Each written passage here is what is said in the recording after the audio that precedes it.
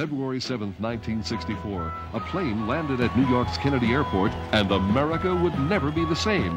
The Beatles had arrived.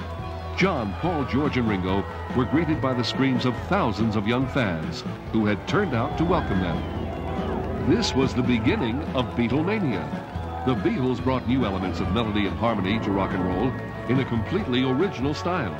But no one was prepared for the reception they received in February of '64.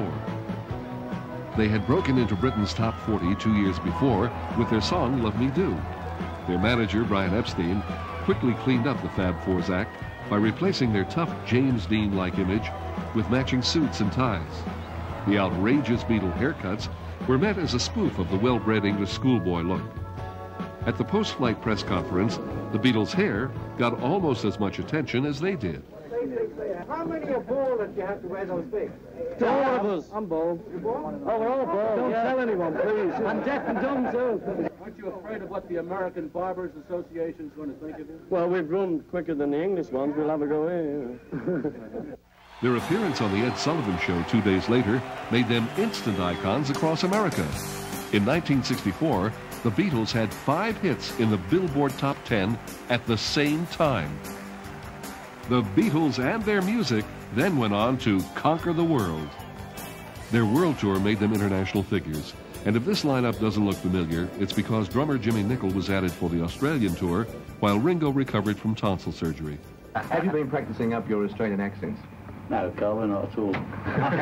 Are you individually millionaires yet? No, that's another lousy room. I wish we were. Brian Epstein a millionaire? No, even he's not one, poor fellow. Where does all the money go?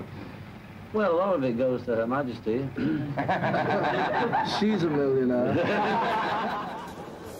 The Beatles would be the first of many new groups that would be dubbed the British Invasion. The Animals, the Dave Clark Five, and the Rolling Stones all became part of what the Beatles had started, a new youth culture. Their success affected far more than young record buyers. They began to influence an entire generation. Their clothes, hair, and even their lifestyle had an impact on the youth of the world. What about the Beatles styles, all these wigs, suits and things? Are they catching on over? Yeah, the selling 15 million a day. The Beatles' influence would extend far beyond fashion and music. Their endorsement of the anti-Vietnam War movement of the late 1960s galvanized the cause. They also inspired a generation of admirers to think for themselves and to love one another. Beatlemania may have faded with the fads of the 60s, but the effect that the group had on popular music and on a whole generation is still being felt today.